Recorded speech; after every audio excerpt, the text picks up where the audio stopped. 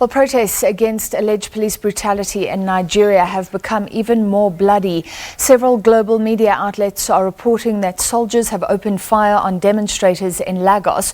This after government imposed a 24-hour lockdown in Lagos, which has become the epicenter of widespread rallies. And millions of people are still under curfew across Nigeria. The protests began under the hashtag #EndSARS, which is a special policing unit accused of harassing Nigerians and even extrajudicial killings. Government disbanded the unit, but demonstrators believe the members could still be on the streets. Well, for the latest, we're joined by our correspondent in Abuja, Nigeria, Phil Ihaza. Phil, what have you seen and heard through your network?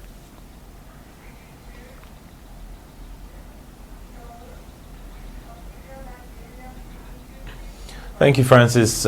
Indeed, it's been a very, very sad, period in Nigeria, especially from late last night when these reports of shootings occurred in Lagos State, southwest Nigeria, specifically at the Lekki toll gate. We've gotten overwhelming reports on social media suggesting that these shootings were targeted at protesters, and if you go by the latest report by the Amnesty International, it says that at least 12 people have been confirmed dead, 10 at the Lekki toll gate and 2 others at another point of a protest in Lagos State the same yesterday evening. Also, the Amnesty International has confirmed that those shootings were carried out by the Nigerian military, and quite a number of people at the moment are still receiving treatment. Some of them are critical at several hospitals. Of course, the government of Lagos State has come out to say that that order was not given by the government, and the shootings occurred, beyond his control. That's the governor, Babajide Sanwo-Olu. The Nigerian army has also said none of his officers were at the scene. So it's just been quite 24 hours of several people expressing their sadness, and it has also attracted a lot of global attention with regards to what is going on in Nigeria that has every semblance of genocide to unarmed protesters that were calling for an end to police brutality. Yeah. All right, let me just apologize, by the way. There is a long delay, but please bear with us. So you're saying 12 believed to have been killed. That's just incredible, and many are still critical. What is the situation today, Phil?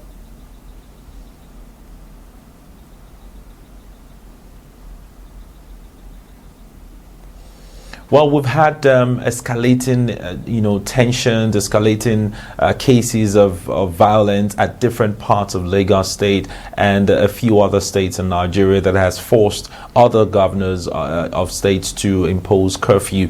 But in Lagos State, which has been the epicenter of these protests and, of course, this latest violence, we've seen, thugs, we've seen people, cause havoc on several points, including TV stations, media houses, government facilities, and also one of the residents of the Lagos State Governor, Babajide Sanwo-Olu. We've also seen several footage of protesters saying that they were still being shot at the same Lekki toll gate this morning, and also in other parts of the state. We've seen extrajudicial killings from social media being posted even today as regarding to even more brutality, more live ammunition fired at protesters and even people passers-by in Lagos State. So we've also seen responses from the security operatives in some other states that have been quite peaceful. They've been able to maintain law and order, but in Lagos State it has not been the case.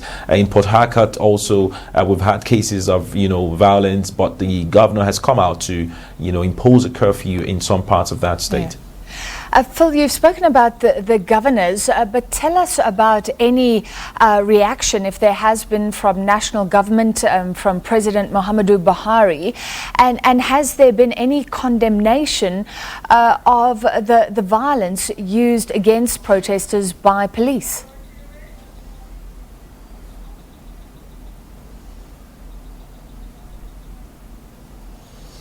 Well, Francis, it's quite very disheartening to many thousands of many people, many citizens in Nigeria, especially with the fact that they haven't heard directly maybe a national broadcast from the president himself or any of the members of the presidency. So far, what we've gotten is a statement by one of the spokesperson of the president. We're not clear whether it's a renewed statement or a recalled one from the past, but people are not willing to hear from anyone else apart from the president, but we're still waiting to hear that.